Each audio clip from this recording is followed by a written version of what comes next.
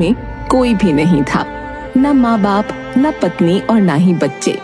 ले देकर अगर कोई था तो उनका प्रिय घोड़ा नील रतन। मोहन प्रसाद के जीवन में भगवान का भागवत भजन और अपने प्रिय नील रतन की सेवा करने का काम था। एक दिन मोहन प्रसाद नील रतन की मालिश कर रहे थे।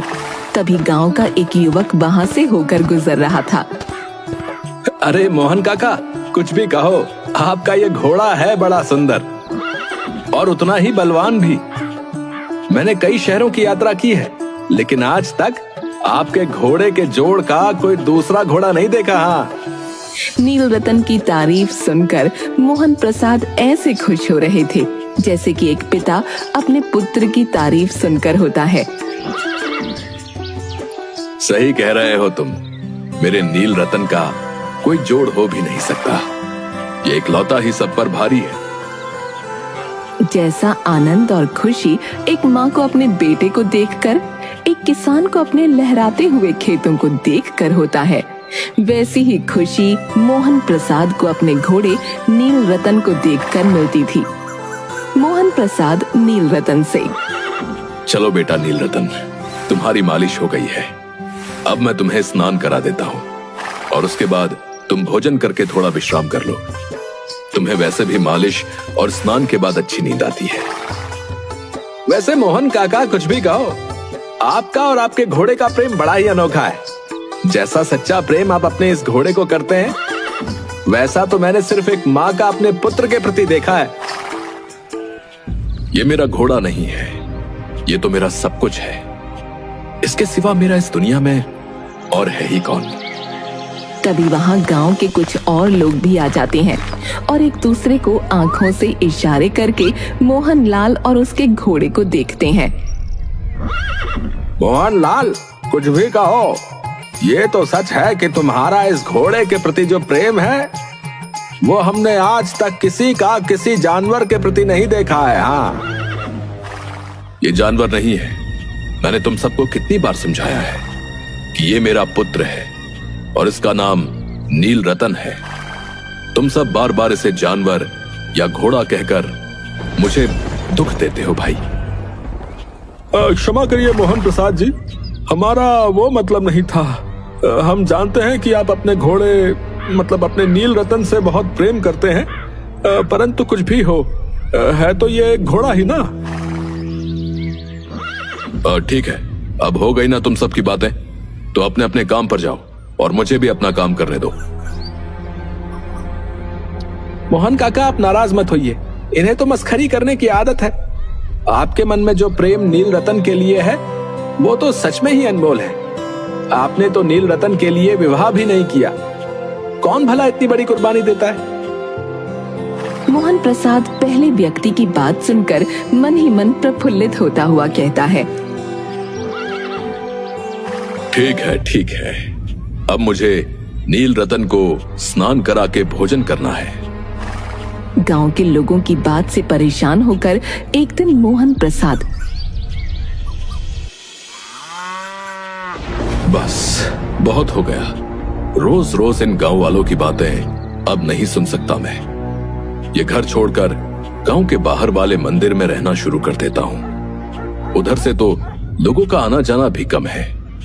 ना कोई आएगा जाएगा और ना ही मुझे किसी की बातें सुनाई पड़ेंगी। आराम से भगवान का भजन कीर्तन करूंगा और अपने नील रतन की देखभाल करूंगा। उसे किसी चीज का मोह नहीं था सिवाय नील रतन के, पर नील रतन से बिछुड़ने की वेदना उनके लिए असह्य थी। जब कभी कोई नील रतन से बिछड़ने की बात कह देता तो मोहन प्रसाद बोलते, अब मैं इसके बिना नहीं रह सकूंगा। वो उसकी चाल पर लट्टू थे। कहते, ऐसे चलता है जैसे मोर घनघटा को देखकर नाच रहा हो। आहा। गांव के लोग इस प्रेम को देखकर चकित थे। कभी कभी कनखियों से इशारे भी करते थे, परंतु मोहन प्रसाद को इसकी परवाह न थी। जब तक संध्या समय नील रतन पर चढ़कर 8-10 मील का चक्कर नहीं लगा लेते, उन्हें नींद नहीं आती। दूसरी तरफ उस इलाके में प्रसिद्ध डाकू खड़ग सिंह के ठिकाने पर खड़ग सिंह के कानों तक भी नील रतन की कीर्ति पहुंची। नील रतन की तारीफ सुनकर मेरा हृदय उसे देखने के लिए व्याकुल हो रहा है। अब मुझसे और बर्दाश्त नहीं होता। मैंने सोच लिया है कि मैं उस अद्भुत घोड़े को देखने अवश्य जाऊंगा।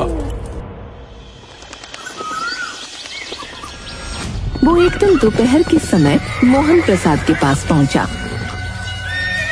नमस्कार मोहन प्रसाद। खड़ग सिंह नमस्कार करके बैठ गया। खड़ग सिंह, क्या हाल है? अब आपकी दया है। कहो, इधर कैसे आ गए? नील रतन की चाह खींच लाई। विचित्र जानवर है, देखोगे तो प्रसन्न हो जाओगे। मैंने भी बड़ी प्रशंसा सुनी है। उसकी चाल तुम्हारा मन मोह लेगी। कहते हैं देखने में भी बहुत सुंदर है। क्या कहना, जो उसे एक बार देख लेता है उसके हृदय पर उसकी छवि अंकित हो जाती है। बहुत दिनों से अभिलाषा थी, आज उपस्थित हो सका हूं।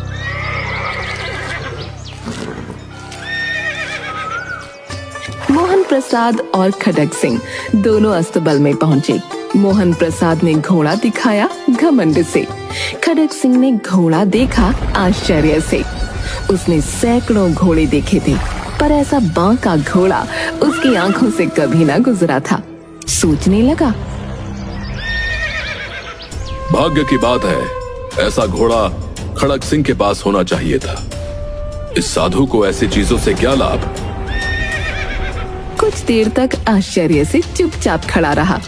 इसके पश्चात हृदय में हलचल होने लगी। अधीरता से बोला, परंतु बाबा जी, अगर इसकी चाल न देखी तो फिर अधूरा सा लगेगा। सही कहा तुमने खड़ग सिंह, मेरे नील रतन की चाल तो सबसे मनमोहक है। मोहन प्रसाद जी भी मनुष्य ही थे। अपनी वस्तु की प्रशंसा दूसरे के मुख से सुनने के लिए उनका हृदय अधीर हो गया। घोड़े को खोलकर बाहर लाए। गर्व से भरे हुए मोहन प्रसाद ने नील रतन की पीठ पर हाथ फेरते हुए कहा, ये देखो खड़ग सिंह, ये है मेरा अद्भुत और प्रिय घोड़ा नील रतन। इसके जैसा तुमने दूसरा कोई नहीं देखा होगा। सत्य कहा आपने, ये वाकई में अद्भुत है। तभी मोहन प्रसाद नील रतन की पीठ पर हाथ फेरते फेरते एकाएक उचक कर नील रतन की पीठ पर सवार हो गए। घोड़ा वायु वेग से उड़ने लगा। उसकी चाल देखकर, उसकी गति देखकर खड़ग सिंह के हृदय पर सांप लौट गए। ये घोड़ा मुझे पसंद आ गया है, और वैसे भी मैं जिस चीज को पसंद कर लेता हूँ उस पर अपना अधिकार बनाकर ही मानता हूँ। ये घोड़ा इस बाबा के पास अच्छा नहीं लगता। ये तो मेरे पास होना चाहिए, मेरे जैसे बलशाली के पास। वो डाकू था। उसे जो वस्तु पसंद आ जाए उस पर वो अपना अधिकार समझता था। उसके पास बाहुबल था और आदमी भी। जाते जाते उसने कहा, बाबा जी, मैं ये घोड़ा आपके पास न रहने दूंगा। मोहन प्रसाद डर गया। अब उसे रात को नींद न आती थी। सारी रात अस्तबल की रखवाली में काटने लगा। उसे हर समय खड़ग सिंह का भय लगा रहता। पर कई मास बीत गए, पर खड़ग सिंह न आया। मोहन प्रसाद कुछ लापरवाह हो गया और इस बात को एक बुरा सपना समझने लगा। एक दिन संध्या के समय हमेशा की तरह मोहन प्रसाद नील रतन की सवारी कर रहा था और प्रसन्न भाव से खुद से बातें किए जा रहा था। मेरी नील रतन की सवारी करने में जो आनंद की अनुभूति होती है वो और कहीं नहीं होती। इसका शरीर कितना गठीला है और रंग कितना चमकदार है। मोहन प्रसाद प्रसन्न मुख से चला जा रहा था। संध्या का समय था। नील रतन पर सवार होकर घूमने जा रहा था। इस समय उसकी आंखों में चमक थी, मुख पर प्रसन्नता। कभी घोड़े के शरीर को देखता, कभी उसके रंग को, और मन में फूला न समाता। तभी उसे एक आवाज आई। ओ बाबा, इस कंगले की सुनते जाना। आवाज में करुणा थी। मोहन प्रसाद ने घोड़े को रोक लिया। देखा, एक अपाहिज वृक्ष की छाया में पड़ा कराह रहा था। बोलो, तुम्हें क्या कष्ट है? बाबा, मैं दुखियारा हूँ, मुझ पर दया करो। रामा वाला यहाँ से 3 मील दूर है, मुझे वहां जाना है। घोड़े पर चढ़ा लो, परमात्मा भला करेगा। वहां तुम्हारा कौन है? दुर्गा दत्त वैद्य का नाम आपने सुना होगा, मैं उनका सौतेला भाई हूं। अवश्य, मैं अभी तुम्हारी सहायता करता हूं। मोहन प्रसाद ने अपाहिज को घोड़े पर सवार किया और स्वयं उसकी लगाम पकड़कर धीरे धीरे चलने लगा। तभी उसे एक झटका सा लगा और लगाम हाथ से छूट गई। उसके आश्चर्य का ठिकाना न रहा जब उसने देखा कि अपाहिज घोड़े की पीठ पर तन कर बैठ गया है और घोड़े को दौड़ाए लिए जा रहा है। मोहन प्रसाद के मुख से भय की चीख निकल गई। वो अपाहिज डाकू खड़ग सिंह था। जरा ठहर जाओ बाबा जी, ये घोड़ा अब न दूंगा, परंतु एक बात सुनते जाओ। खड़ग सिंह ठहर गया। मोहन प्रसाद ने निकट जाकर उसकी ओर ऐसी आंखों से देखा जैसे बकरा कसाई की ओर देखता है और कहा, ये घोड़ा तुम्हारा हो चुका है। मैं तुमसे इसे वापस करने के लिए ना कहूंगा, परंतु खड़ग सिंह, केवल एक प्रार्थना करता हूं, इसे अस्वीकार न करना, नहीं तो मेरा दिल टूट जाएगा। बाबा जी आज्ञा कीजिए, मैं आपका दास हूं, केवल ये घोड़ा ना दूंगा। अब घोड़े का नाम न लो, मैं तुमसे इस विषय में कुछ ना कहूंगा। मेरी प्रार्थना केवल ये है कि इस घटना को किसी के सामने प्रकट ना करना। खड़ग सिंह का मुंह आश्चर्य से खुला रह गया। मुझे तो लगा था कि मुझे इस घोड़े को लेकर भागना होगा, परंतु आप तो स्वयं कह रहे हैं कि मैं इस घटना को किसी के सामने प्रकट ना करूं। मुझे एक बात समझ नहीं आ रही, इससे क्या प्रयोजन सिद्ध हो सकता है? खड़ग सिंह कुछ समझ न सका। हार कर उसने अपनी आंखें मोहन प्रसाद के मुख पर गड़ा दी और पूछा, बाबा जी, इसमें आपको क्या डर है, बताइए। लोगों को यदि इस घटना का पता लग गया तो वो किसी गरीब पर विश्वास न करेंगे। और ये कहते कहते उसने नील रतन की ओर से ऐसे मुंह मोड़ लिया जैसे उसका उससे कोई संबंध न रहा हो। मोहन प्रसाद चला गया, पर उसके शब्द खड़ग सिंह के कानों में उसी प्रकार गूंजते रहे। तो वो किसी गरीब पर विश्वास न करेंगे। कैसे ऊंचे विचार हैं, कैसा पवित्र भाव है। उन्हें इस घोड़े से प्रेम था। इसे देखकर उनका मुख फूल की तरह खिल जाता था। कहते थे, इसके बिना मैं न रह सकूंगा। इसकी रखवाली में वे कई रात सोए नहीं, भजन भक्ति न कर रखवाली करते रहे, परंतु आज उनके मुख पर दुख की रेखा तक दिखाई न पड़ती। उन्हें केवल यह ख्याल था कि कहीं लोग गरीबों पर विश्वास करना न छोड़ दें। उन्होंने अपने निज की हानि को मनुष्यत्व की हानि पर न्यौछावर कर दिया। ऐसा मनुष्य मनुष्य नहीं देवता है, और मैं देवता को धोखा नहीं दे सकता। आखिर मुझे भी तो उसकी शरण में ही जाना है। रात्रि के अंधकार में खड़ग सिंह मोहन प्रसाद के मंदिर में पहुंचा। चारों ओर सन्नाटा था। आकाश में तारे टिमटिमा रहे थे। थोड़ी दूर पर गांवों के कुत्ते भौंक रहे थे। खड़ग सिंह नील रतन की बाग पकड़े हुए धीरे धीरे अस्तबल के फाटक पर पहुंचा। किसी समय वहां मोहन प्रसाद स्वयं लाठी लेकर पहरा देता था, पर आज उसे न किसी चोरी की न किसी डाके का भय था। खड़ग सिंह ने आगे बढ़कर नील रतन को उसके स्थान पर बांध दिया और बाहर निकलकर सावधानी से फाटक बंद कर दिया। इस समय उसकी आंखों में नेकी के आंसू थे। दूसरे दिन मोहन प्रसाद उठकर स्नान करके अस्तबल की ओर बढ़ता हुआ खुद से बोला, चलो जल्दी से नील रतन को कुछ चारा और पानी दे देता हूँ। अचानक उसके तेजी से बढ़ते हुए कदम वहीं पर रुक गए। अरे, नील रतन तो अब मेरे पास है ही नहीं। मैं कैसे भूल गया? मेरा बेटा।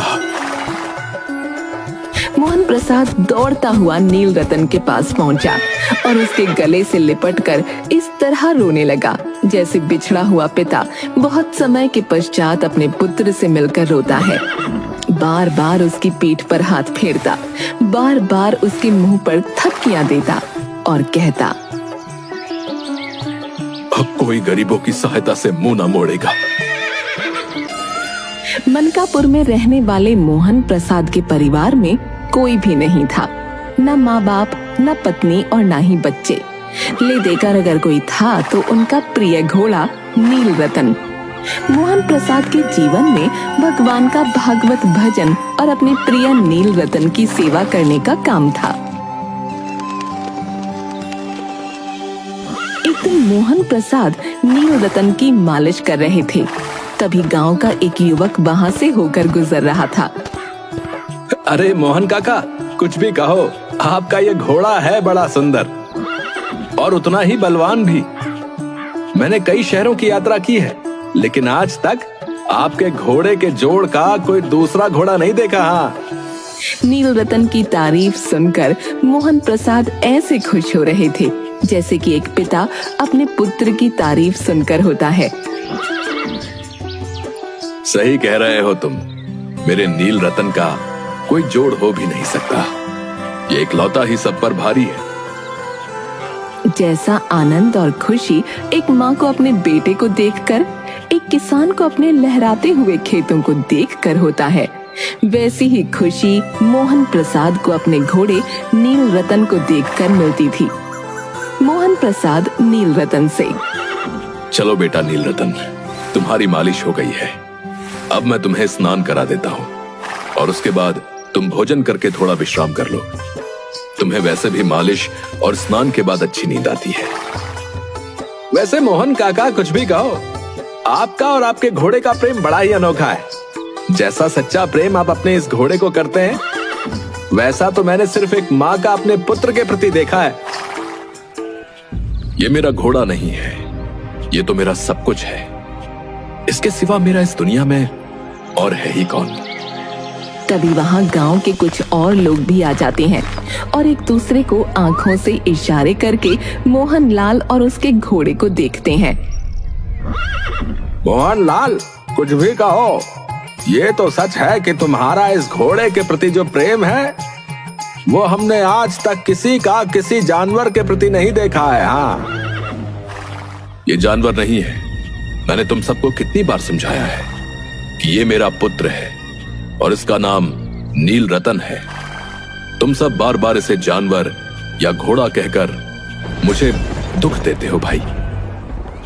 क्षमा करिए मोहन प्रसाद जी, हमारा वो मतलब नहीं था। हम जानते हैं कि आप अपने घोड़े मतलब अपने नील रतन से बहुत प्रेम करते हैं, परंतु कुछ भी हो, है तो ये एक घोड़ा ही ना। ठीक है, अब हो गई ना तुम सबकी बातें, तो अपने अपने काम पर जाओ और मुझे भी अपना काम करने दो। मोहन काका, आप नाराज मत होइए, इन्हें तो मस्खरी करने की आदत है। आपके मन में जो प्रेम नील रतन के लिए है, वो तो सच में ही अनमोल है। आपने तो नील रतन के लिए विवाह भी नहीं किया। कौन भला इतनी बड़ी कुर्बानी देता है? मोहन प्रसाद पहले व्यक्ति की बात सुनकर मन ही मन प्रफुल्लित होता हुआ कहता है, ठीक है ठीक है, अब मुझे नील रतन को स्नान करा के भोजन करना है। गांव के लोगों की बात से परेशान होकर एक दिन मोहन प्रसाद, बस बहुत हो गया। रोज रोज इन गांव वालों की बातें अब नहीं सुन सकता मैं। ये घर छोड़कर गांव के बाहर वाले मंदिर में रहना शुरू कर देता हूँ। उधर से तो लोगों का आना जाना भी कम है। ना कोई आएगा जाएगा और ना ही मुझे किसी की बातें सुनाई पड़ेंगी। आराम से भगवान का भजन कीर्तन करूंगा और अपने नील रतन की देखभाल करूंगा। उसे किसी चीज का मोह नहीं था सिवाय नील रतन के, पर नील रतन से बिछुड़ने की वेदना उनके लिए असह्य थी। जब कभी कोई नील रतन से बिछड़ने की बात कह देता तो मोहन प्रसाद बोलते, अब मैं इसके बिना नहीं रह सकूंगा। वो उसकी चाल पर लट्टू थे। कहते, ऐसे चलता है जैसे मोर घनघटा को देखकर नाच रहा हो। आहा। गांव के लोग इस प्रेम को देखकर चकित थे। कभी कभी कनखियों से इशारे भी करते थे, परंतु मोहन प्रसाद को इसकी परवाह न थी। जब तक संध्या समय नील रतन पर चढ़कर 8-10 मील का चक्कर नहीं लगा लेते, उन्हें नींद नहीं आती। दूसरी तरफ उस इलाके में प्रसिद्ध डाकू खड़ग सिंह के ठिकाने पर खड़ग सिंह के कानों तक भी नील रतन की कीर्ति पहुंची। नील रतन की तारीफ सुनकर मेरा हृदय उसे देखने के लिए व्याकुल हो रहा है। अब मुझसे और बर्दाश्त नहीं होता। मैंने सोच लिया है कि मैं उस अद्भुत घोड़े को देखने अवश्य जाऊंगा। वो एक दिन दोपहर के समय मोहन प्रसाद के पास पहुंचा। नमस्कार मोहन प्रसाद। खड़ग सिंह नमस्कार करके बैठ गया। खड़ग सिंह, क्या हाल है? अब आपकी दया है। कहो, इधर कैसे आ गए? नील रतन की चाह खींच लाई। विचित्र जानवर है, देखोगे तो प्रसन्न हो जाओगे। मैंने भी बड़ी प्रशंसा सुनी है। उसकी चाल तुम्हारा मन मोह लेगी। कहते हैं देखने में भी बहुत सुंदर है। क्या कहना, जो उसे एक बार देख लेता है उसके हृदय पर उसकी छवि अंकित हो जाती है। बहुत दिनों से अभिलाषा थी, आज उपस्थित हो सका हूं।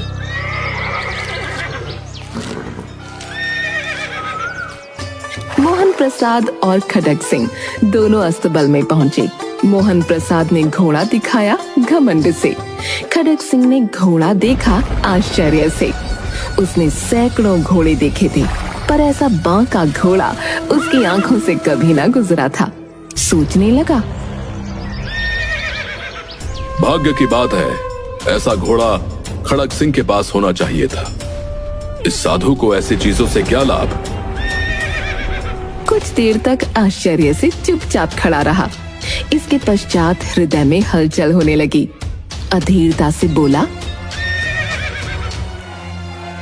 परंतु बाबा जी, अगर इसकी चाल न देखी तो फिर अधूरा सा लगेगा।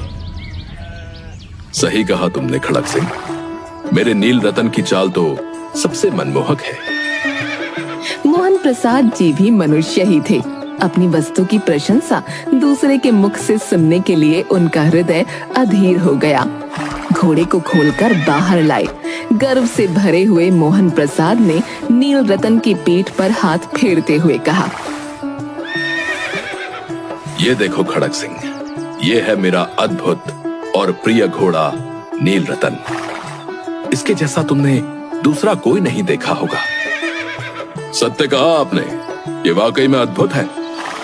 तभी मोहन प्रसाद नील रतन की पीठ पर हाथ फेरते फेरते एकाएक उचक कर नील रतन की पीठ पर सवार हो गए। घोड़ा वायु वेग से उड़ने लगा। उसकी चाल देखकर, उसकी गति देखकर खड़ग सिंह के हृदय पर सांप लौट गए। ये घोड़ा मुझे पसंद आ गया है, और वैसे भी मैं जिस चीज को पसंद कर लेता हूँ उस पर अपना अधिकार बनाकर ही मानता हूँ। ये घोड़ा इस बाबा के पास अच्छा नहीं लगता। ये तो मेरे पास होना चाहिए, मेरे जैसे बलशाली के पास। वो डाकू था। उसे जो वस्तु पसंद आ जाए उस पर वो अपना अधिकार समझता था। उसके पास बाहुबल था और आदमी भी। जाते जाते उसने कहा,